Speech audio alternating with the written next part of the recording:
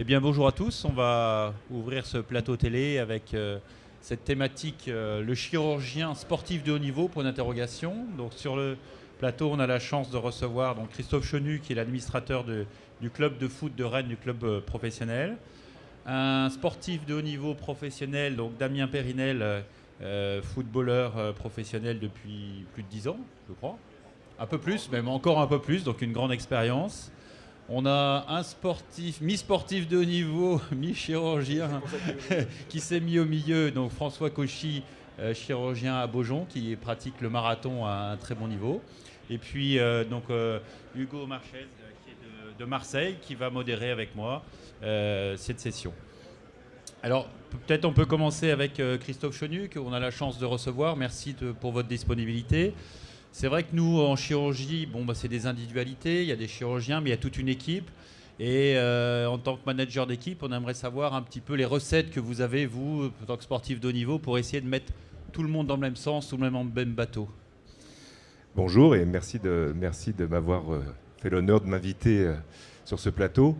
Oui, moi je ne suis pas ancien sportif de haut niveau, mais ça fait des années que j'œuvre dans des clubs de football notamment, soit en tant que président, soit en tant qu'administrateur. Donc je suis un observateur du sport de haut niveau et du sport de haut niveau collectif.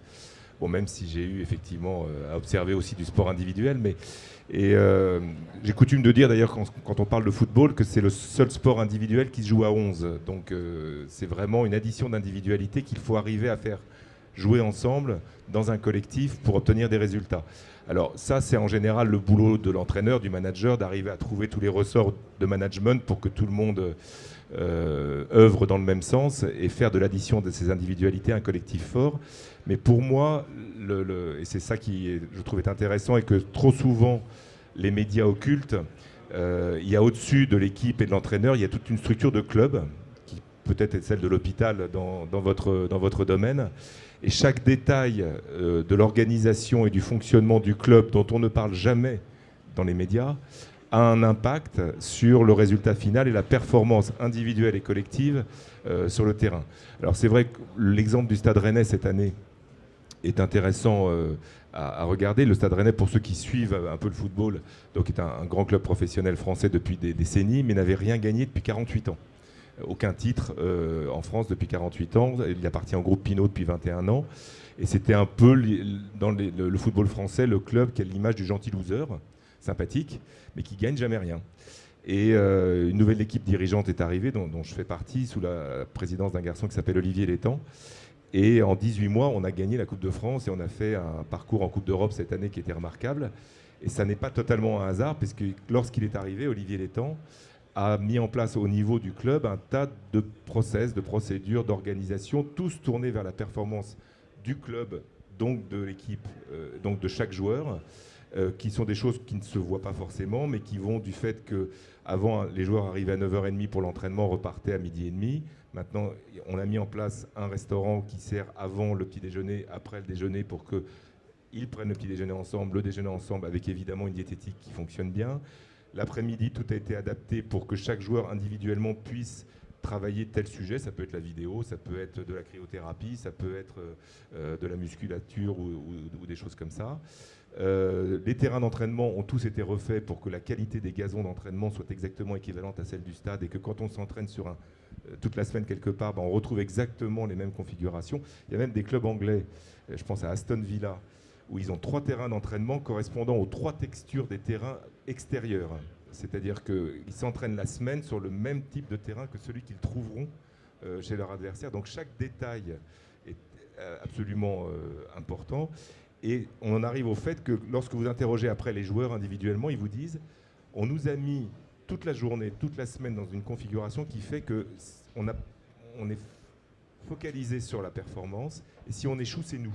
On ne peut pas dire que le club n'a pas mis en place la configuration pour succéder, pour réussir.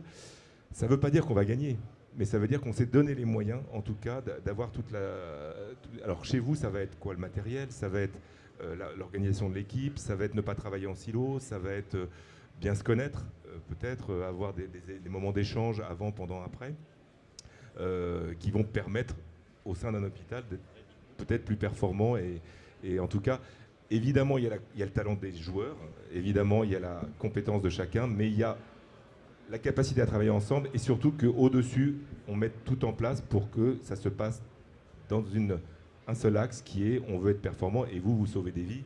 Nous, on fait juste plaisir à des spectateurs, c'est déjà pas mal. Mais... Donc vous essayez d'instaurer au quotidien une vraie vie de groupe, quoi, pour que ça puisse se retrouver sur le terrain. Oui, une vraie vie de groupe avec en permanence, sur chacune des décisions, chacun des détails, une fois de plus qu'il soit commercial, marketing, médical ou autre, que ça soit orienté vers un objectif qui est la victoire. En fait, là aussi, il faut un projet, une entreprise doit avoir un projet. Le projet du Stade Rennais, c'est de gagner des titres. C'est pas faire du trading joueur. On pourrait dire, voilà, nous, on s'en fout un peu des titres, on veut faire sortir un ou deux joueurs qu'on va revendre très cher. Donc dans une logique qui est de gagner, absolument toute décision ou s'il faut arbitrer entre la présence des joueurs à une cérémonie VIP d'un partenaire 48 heures avant un match et le fait qu'on doit absolument gagner le match, l'arbitrage sera fait au détriment du commercial et en faveur du sportif. Il faut être cohérent également sur toute la chaîne managériale.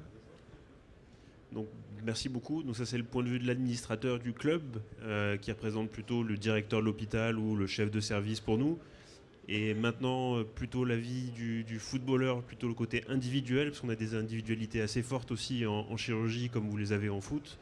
Et moi, j'aime bien penser qu'un acte chirurgical, j'aime bien le voir comme du sport de temps en temps. Et je me prépare pour ça. Et j'aimerais bien savoir aussi on aimerait bien savoir comment vous vous préparez pour un match de foot, pour un événement comme ça.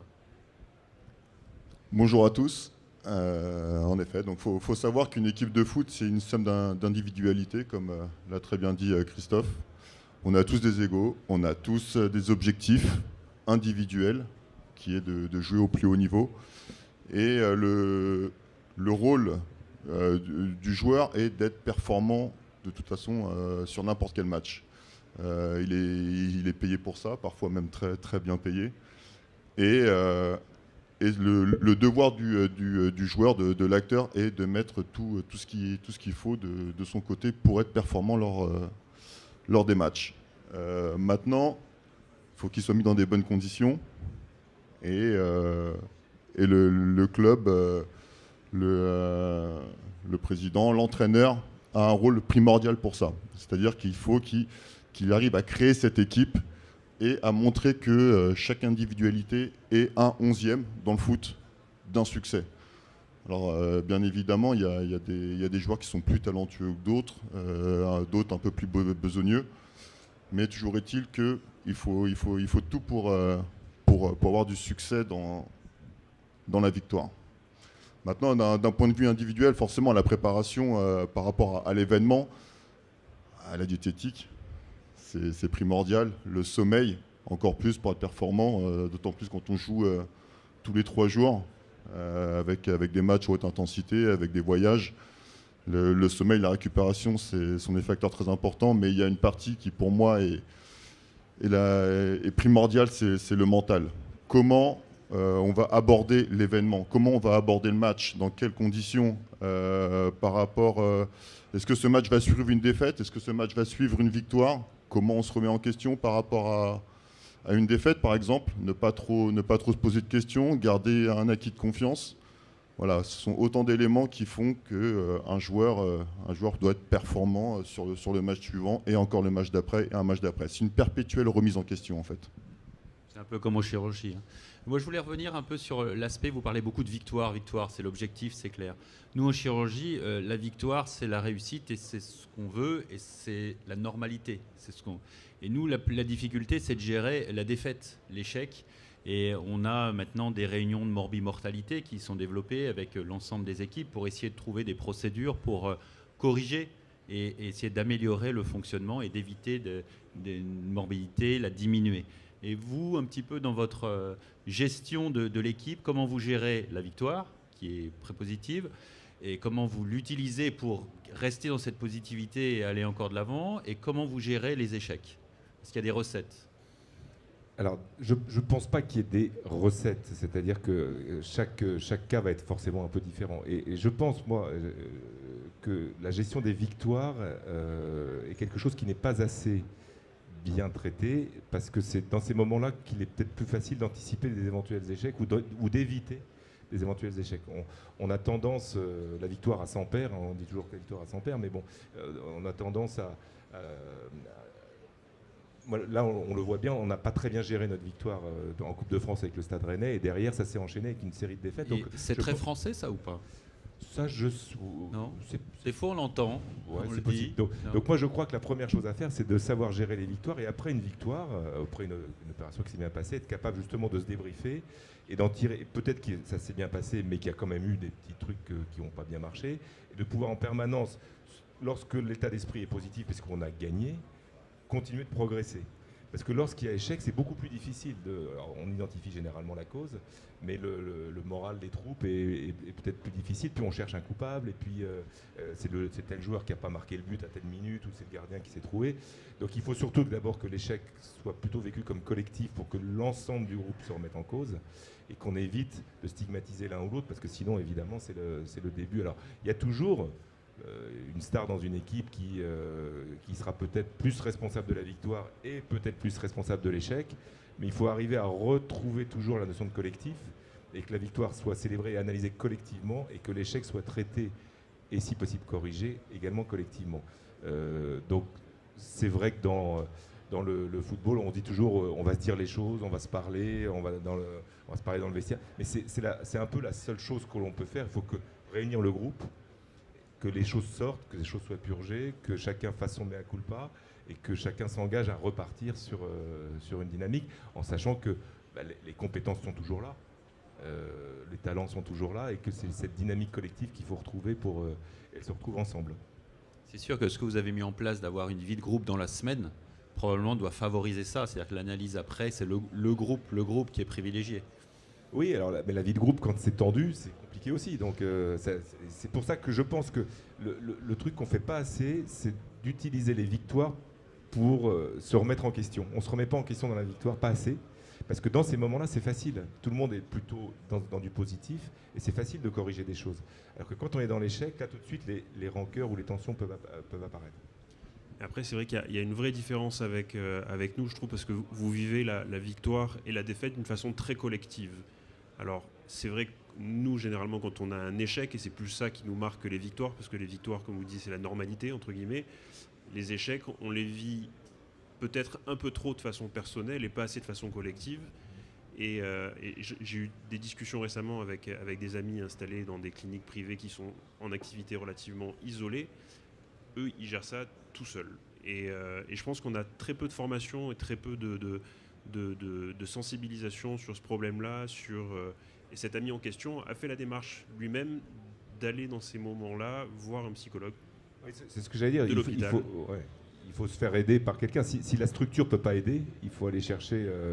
Mais je pense qu'en tant que joueur, individuellement, il y a des moments où tu as peut-être vécu un échec et tu as eu besoin que quelqu'un t'aide à...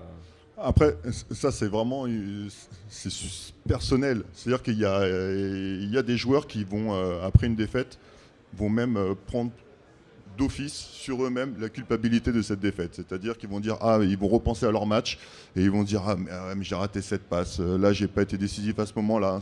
Et donc ils vont prendre la défaite que pour eux. Et alors après mentalement c'est compliqué de rebondir là-dessus. Au contraire, il y en a d'autres qui vont, c'est plus les anglo-saxons sont comme ça. Voilà, une fois que le coup de sifflet final a été donné, il y a eu des fêtes.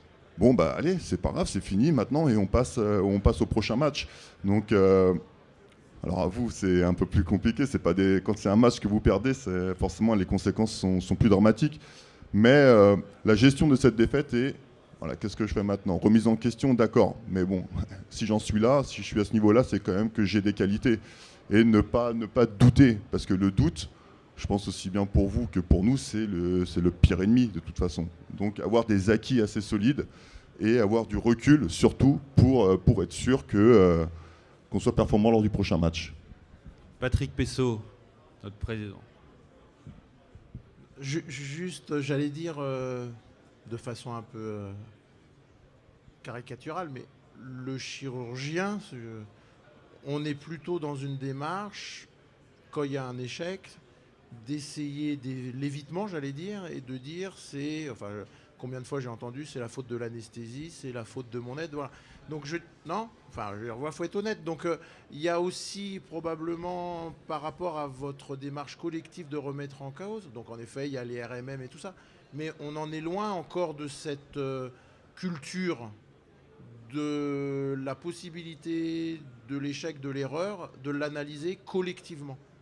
Je pense qu'on est resté quand même très individuel et pour continuer à avancer, alors je pense que c'est un mécanisme d'autodéfense ou je sais pas, pour continuer à avancer, on repousse plutôt globalement la faute ailleurs. Donc comment faire avancer ça dans nos hôpitaux, dans nos services ?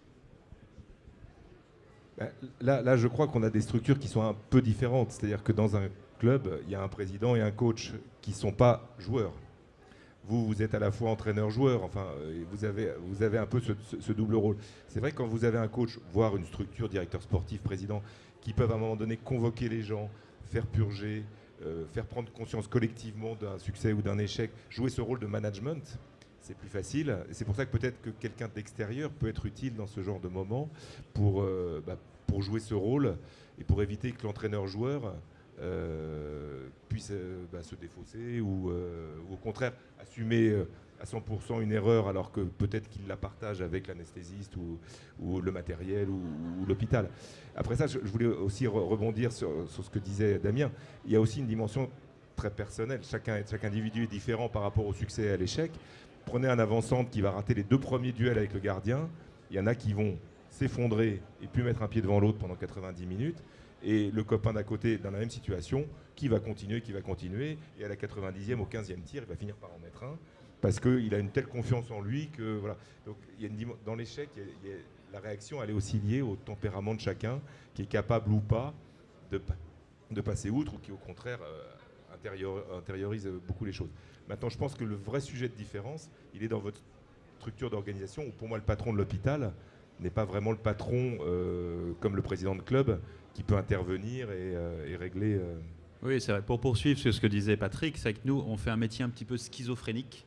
C'est-à-dire qu'il faut être suffisamment sûr de soi pour avancer, faire des choses, pour rendre service aux malades et des fois aller à la limite, notamment en cancérologie ou autre, et suffisamment posé pour ne pas dépasser ses limites. Donc on est toujours un peu sur une ligne qui est difficile. Et en plus, on est des latins et on a une relation avec le patient on est latin. C'est-à-dire que les gens ils viennent voir un chirurgien, un médecin. Et même si c'est l'équipe qui est responsable, à la fin, s'il y a un problème, même s'il n'est pas chirurgical, c'est le médecin qui est identifié. Donc les anglo-saxons sont totalement différents. Ils vont voir une équipe s'ils s'adressent à une équipe. On va peut-être se tourner et demander l'avis de François, en tant que chirurgien et sportif assez accompli. Est-ce que le sport, ça aide pour être un bon chirurgien, de faire du sport? Qu'est-ce que ça peut apporter? Alors, de manière très très banale, moi ça me canalise, ça canalise, ça me permet de me reposer, de penser à autre chose tous les jours. Je fais du sport tous les jours, ça me permet de me défouler, d'évacuer le stress. Est-ce que ça me permet de tenir plus facilement? Je ne pense pas qu'on puisse dire ça, parce qu'il y a beaucoup de chirurgiens qui sont beaucoup moins sportifs et qui tiennent largement aussi bien que moi. Maintenant, moi, je sais que c'est indispensable à mon équilibre et surtout, ça me permet de gérer le stress et de complètement pouvoir mettre les problèmes hospitaliers de côté. Il n'y a pas que le côté physique, ce que tu soulignes, c'est que je crois que c'est un exutoire où être chirurgien, c'est pas que opérer, c'est avoir la réflexion, faire l'analyse au quotidien, en extemporané, les décisions à prendre, gérer le stress, et c'est quand même un équilibre de vie. On voit, il y a quand même beaucoup de chirurgiens qui font du sport. Quand on va dans les congrès, il y en a beaucoup qu'on voit qui partent courir, qui reviennent, qui ont besoin de ça. Mais à leur niveau, bien entendu. Ok. Moi j'ai une question sur l'expérience américaine. Je crois que vous êtes parti à New York, c'est ça? Vous avez travaillé dans un club à New York pendant quelques années. Est-ce qu'il y a des grosses différences? Nous, on fait le parallèle entre la France et les États-Unis, la façon de fonctionner dans les services, on connaît un peu, on a vu comment ça fonctionnait. Est-ce que pour vous, il y a des grosses différences que vous avez notées quand vous êtes allé travailler là-bas? Alors, ce qui est bien dans mon expérience, c'est que j'ai pu pratiquer l'hôpital aux États-Unis, à New York, et également tout ce qu'il y a sur le terrain. On va parler plus spécifiquement de ce que j'ai pu ressentir moi dans ce club. C'est-à-dire que tout était mis autour de moi dans un esprit positif. Tout était positif. C'est-à-dire que au niveau de mon mental, mon moral, tous les matins, on me mettait dans les meilleures conditions psychologiques pour être performant au niveau physique, sur le terrain en tout cas. Après, si je dois faire un parallèle avec l'hôpital américain, j'ai fait une petite opération chirurgicale, un ménisque, qui est tout basique. Mais c'est-à-dire que pour voir un chirurgien, alors je suis passé par 3 secrétaires. Ensuite, on m'a accompagné à passer l'IRM. Pour passer l'IRM, mais j'ai vu, 4 ou 5 personnes. Ensuite, je suis retourné au service. Là, alors un anesthésiste, 2 anesthésistes. Enfin, c'est-à-dire que c'est incroyable. Pour une opération de ménisque, mais j'ai vu une quantité de personnes, c'était incroyable. Et la différence que j'ai pu voir avec l'hôpital en France, c'est-à-dire que moi j'ai vu mon chirurgien en France pour un croisé. Là, cette fois-ci, j'ai vu mon chirurgien, l'anesthésiste, le rendez-vous et une infirmière. Voilà, j'ai vu que 3 personnes pour une opération. Donc, ce qui m'a vraiment surpris, c'est que là-bas, il y a... alors, je ne sais pas s'il faut justifier peut-être certains prix d'opération aux États-Unis, mais d'ailleurs, je ne sais même pas comment ils font au niveau communication, pour se mettre d'accord les uns les autres, pour faire suivre un dossier, parce qu'il y a tellement de monde. Et finalement, tu es juste un patient parmi d'autres, et puis ça enchaîne, quoi. Donc tu enchaînes, et puis c'est calé à la minute. Voilà. Alors toi, il faut que tu quittes le bloc à telle heure, et puis ensuite un autre patient. Mais sinon, après, la gestion de la défaite aux États-Unis, très importante aussi. Voilà. Façon anglo-saxonne, une fois que le match était terminé, tout de suite, on avait un petit mot du coach pendant 5 minutes dans le vestiaire. Et derrière, on se projetait tout de suite sur l'autre match. L'autre match, parce que celui-là était terminé. De toute façon, on ne va pas revenir dessus. C'est aussi simple que ça. Ouais, ce qui est rigolo, ce que tu soulignes sur les différences entre le système américain et le système français, c'est qu'on va un peu avoir à la même chose, c'est-à-dire qu'en France, le référent du malade va être le chirurgien, c'est lui qu'on va venir voir en consultation, puis après on va être adressé éventuellement, lui demander des examens complémentaires, on va l'adresser en radiologie à l'anesthésiste. Aux États-Unis, on a plus l'impression qu'on va avoir un collectif. Au bloc opératoire, d'ailleurs, ça se ressent un peu comme ça. C'est souvent beaucoup mieux organisé. Il y a les individualités qui ressortent un petit peu moins que ce qu'elles pourraient ressortir en France. Mais les choses fonctionnent très bien comme ça, sans forcément qu'un talent émerge, plus qu'en France, on aurait plus la culture de l'individualité au bloc opératoire, en tout cas. Nous sommes des latins, c'est ce qu'on disait. Et vous, en tant que responsable de club, là, vous avez parfois des expériences chez les anglo-saxons pour voir un peu leur méthode de travail, ce qu'on peut apporter, et surtout, est-ce que c'est transposable avec la culture française? Alors, ce n'est pas forcément les anglo-saxons. Pour ceux, il y en a certainement beaucoup qui suivent un peu le football dans la salle. Vous avez en Europe une dizaine de très grands clubs, espagnols, allemands, italiens et anglais, et qui sont très, très, très, très loin devant. Alors, en potentiel économique, et donc avec ce potentiel économique, ils ont bien évidemment les meilleurs joueurs et autres, mais ils ont les meilleures structures, infrastructures, organisations, et j'insiste, dans les moindres petits détails qui sont même insoupçonnables pour nous et pour vous. Donc on va très régulièrement voir Manchester City, Barcelone, le Bayern, voir comment ils travaillent sur les analyses vidéo, comment ils travaillent avec l'intelligence artificielle pour analyser des phases de jeu, des façons dont les blocs des différentes équipes se déplacent et comment parfois il y a un petit vide qu'on peut exploiter avec tel joueur. Donc c'est un niveau de détail et de précision qui utilise aujourd'hui la technologie, qui utilise aujourd'hui évidemment le médical, qui utilise tout un tas de choses. Et ce sont des centaines de personnes salariées dans ces clubs-là qui travaillent un peu dans l'ombre et qui fournissent de la data, qui fournissent des informations pour que, une fois de plus, ça remonte jusqu'aux joueurs au final, à qui on va dire sur tel match contre telle équipe, si tu joues à cet endroit-là et plutôt dans le dernier quart d'heure, peut-être qu'il y a une ouverture qui va se... Alors il y a toute une... Récemment, je ne sais pas si vous avez vu le 4e but de Liverpool contre le Barça, serait le résultat d'une analyse très fine du positionnement des joueurs de Barcelone sur les corners défensifs. et d'un temps de latence qu'ils ont, parce que comme ils jouent en individuel, ils se parlent entre eux avant que les adversaires arrivent. Et ils avaient même briefé les ramasseurs de balles pour que le ramasseur de balles redonne le ballon très vite pour pouvoir jouer très vite et pouvoir marquer le but avant que les joueurs se placent. Donc ça, ce sont ce genre de choses. Et ce professionnalisme-là, qui est vraiment dans le détail du détail, ça on s'en inspire. C'est pas forcément les anglo-saxons, c'est les très grands clubs qui ont des moyens considérables. C'est un peu comme la Formule 1, quoi. Et donc les joueurs, là, ils ont des puces comment on fait pour les suivre? Des puces GPS, pour voir un peu leur activité, leur positionnement, Chaque les entraînement, chaque match, on a en effet un GPS qui nous calcule la vitesse moyenne de nos courses, la course haute intensité, le nombre de sprints qu'on a effectué, le nombre de kilomètres qu'on a couru pendant ce match. Si on a été aux toilettes, on est tracé aussi. Non, mais même au-delà de ça, même quand j'étais blessé, j'avais un bracelet qui savait quand est-ce que je dormais, quand est-ce que j'étais en pleine récupération, quand est-ce que j'étais en activité, où est-ce que j'étais. Enfin, on était vraiment traqué 24 heures sur 24. Ouais. Parce que nous, il y a un projet à Lyon justement sur les chirurgiens pour voir l'état de stress, etc., qu'on ait les paramètres pendant des semaines et des semaines en fonction de leur activité, du stress, etc. Donc probablement qu'on va appliquer ce que font les sportifs à nous, à notre vie au quotidien. Donc c'est intéressant. Est-ce que vous avez peut-être des questions dans l'Assemblée? Moi, j'ai des questions. J'imagine que vous avez des suivis médicaux très très particuliers. C'est assez régulier. Vous avez des prises de sang, des choses comme ça. Est-ce que c'est pour des problèmes d'assurance aussi que vous êtes traqué comme ça avec des bracelets, avec des...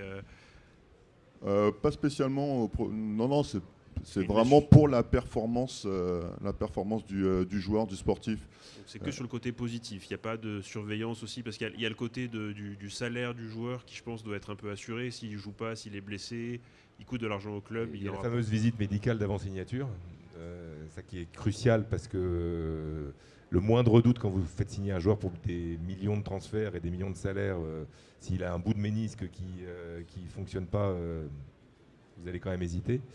Donc il y a ce moment-là qui est très important. Enfin, dans le cadre d'un transfert, la visite médicale est très importante. Après ça, il y a un suivi médical. Mais je pense que tout ce qui vous subissez, entre guillemets, comme suivi, est vraiment lié à la performance.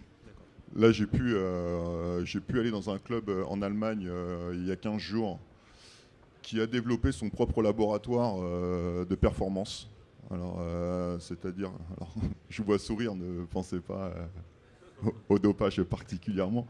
Mais voilà, c'est-à-dire qu'en fonction de chaque joueur, en fonction de leur morphotype, de tout ça, il y a un joueur qui va manger des pâtes, tout le temps manger des pâtes. En fait, ça fait 15 ans qu'il mange des pâtes, mais ils se sont rendus compte que finalement, pour lui, manger des pâtes, c'était pas bon.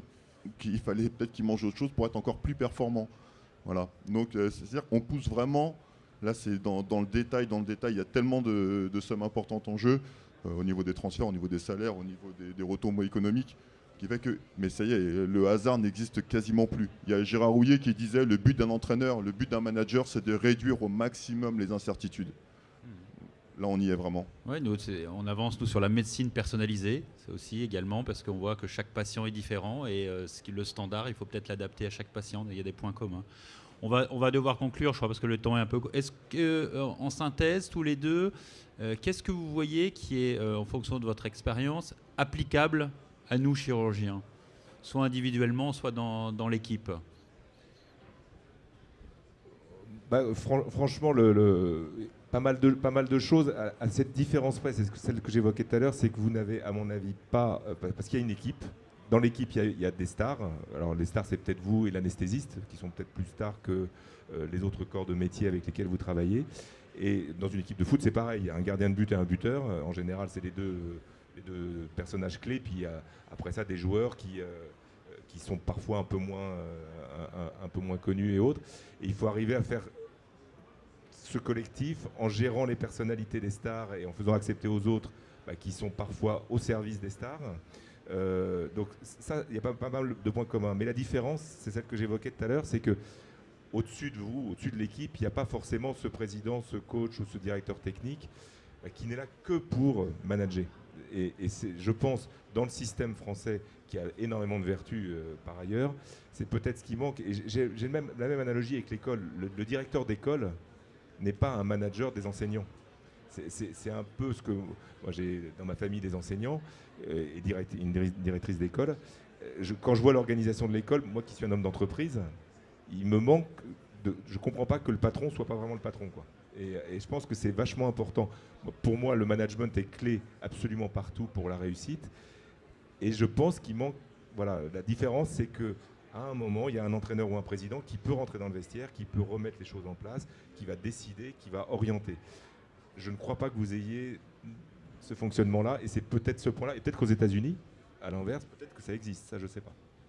C'est vrai que probablement en France, les règles de fonctionnement des hôpitaux ont évolué ces dernières années et c'est quelque chose qui nous manque, de savoir un peu qui est le capitaine, qui dirige et dans quel sens. Le fonctionnement de l'équipe est identique, il y a des stars, il y a des porteurs d'eau, si on veut les appeler comme ça, il y a le besoin qu'une équipe fonctionne très bien, que le matériel soit bon, que l'entraînement soit bon, que les talents soient complémentaires, mais il manque un truc, c'est la personne qui finalement coordonne tout ça. Je suis d'accord pour vous, ça manque à l'hôpital public. Dès qu'on va dans des hôpitaux privés ou dans des cliniques, il y a quand même un vrai management qui existe. Hein. C'est pas du tout le même mode de fonctionnement. Moi, là où je travaille, c'est un hôpital privé à but non lucratif. Le directeur, c'est un vrai manager. Hein. Il connaît tout le monde, il sait qui il engage, on va le voir. Alors que c'est vrai qu'à l'hôpital public, il y a beaucoup plus de strates entre le chirurgien et la direction. Et vous n'allez pas voir le directeur tous les 3 jours. Hein, et probablement dans l'enseignement, également, quelques écoles privées ou des formations supérieures privées ont un mode de fonctionnement qui est plus comme ça également. Probablement, effectivement. Le parallèle que je peux faire, c'est humilité, remise en question, mais tout en gardant confiance en soi, en fait. Parce que si on en est là, c'est qu'on a des qualités et qu'on est là pour les exercer. Merci beaucoup. Écoutez, merci beaucoup d'avoir pris le temps de vous déplacer. Je crois que c'est très intéressant. On voit des similitudes, on voit des différences, mais on a beaucoup à apprendre à la fois de l'entreprise et puis à la fois de la vie en équipe et du sport de haut niveau. En tout cas, un grand merci d'être venu sur ce plateau.